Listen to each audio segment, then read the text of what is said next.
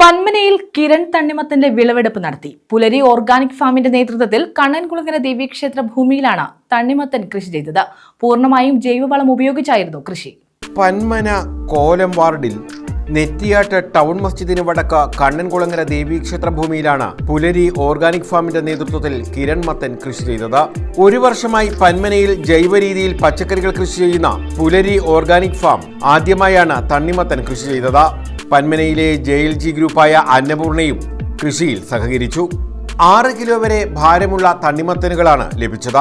വിളവ് നല്ല രീതിയിൽ നമ്മൾ പ്രതീക്ഷിച്ചതിലൊക്കെ കിട്ടിയിട്ടുണ്ട്. ആദ്യത്തേതായതുകൊണ്ട് കുറച്ച് വ്യത്യാസം വരും. ഇനി അങ്ങോട്ട് നല്ല രീതിയിൽ മാറ്റങ്ങൾ വരും. തുടക്കമാണിത്.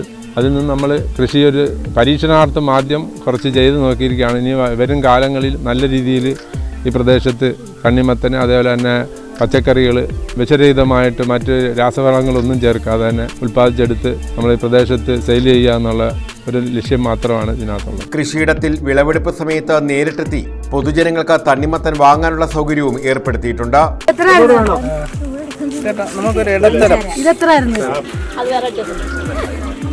തണ്ണിമത്തന്റെ വിളവെടുപ്പ് ഉദ്ഘാടനം പന്മന കൃഷിഭവൻ ഓഫീസർ ആര്യാകൃഷ്ണൻ നിർവഹിച്ചു.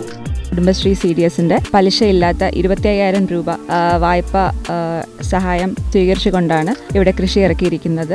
കുടുംബശ്രീ CDS അതുപോലെ തൊഴിലുറപ്പ് പദ്ധതി എന്നിവയുടെ സഹകരണത്തോടു കൂടിയാണ് നമ്മൾ ഈ കൃഷി ഇവിടെ ചെയ്തത്. തൊഴിലുറപ്പുകാരുടെ സഹായത്തിൽ നമ്മളിവിടെ നില ഒരുക്കുകയും വിത്ത് പാകലും ഒക്കെ ചെയ്യുകയുണ്ടായി. നമ്മുടെ തണ്ണിമത്തൻ കൃഷിയുടെ വിളവെടുപ്പ് ഇവിടെ വെച്ച് നടക്കുകയാണ്.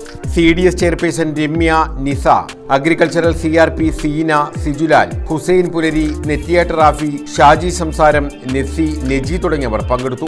പച്ചക്കറി, വെണ്ട, പയർ, അതുപോലെ വഴുതന അങ്ങനെയുള്ള പച്ചക്കറി ഐറ്റങ്ങളൊക്കെ നമ്മൾ ഇതിന് പുറത്ത് നമ്മൾ കുറേ വസ്തുക്കൾ എടുത്തു. ഏതാണ്ട് 5 ഏക്കറോളം സ്ഥലത്ത് നമ്മളിപ്പോൾ ചെയ്യുന്നുണ്ട്. തുടർന്നും ഈ പ്രദേശത്ത് ആരെങ്കിലും ഇതേപോലുള്ള നല്ല വസ്തുക്കൾ കൃഷിക്ക് അനുയോജ്യമായി നമുക്ക് വിട്ടു തന്നാൽ നമ്മളതും കൃഷി ചെയ്ത് നല്ല രീതിയിൽ കൊണ്ടുപോകുന്നതായിരിക്കും.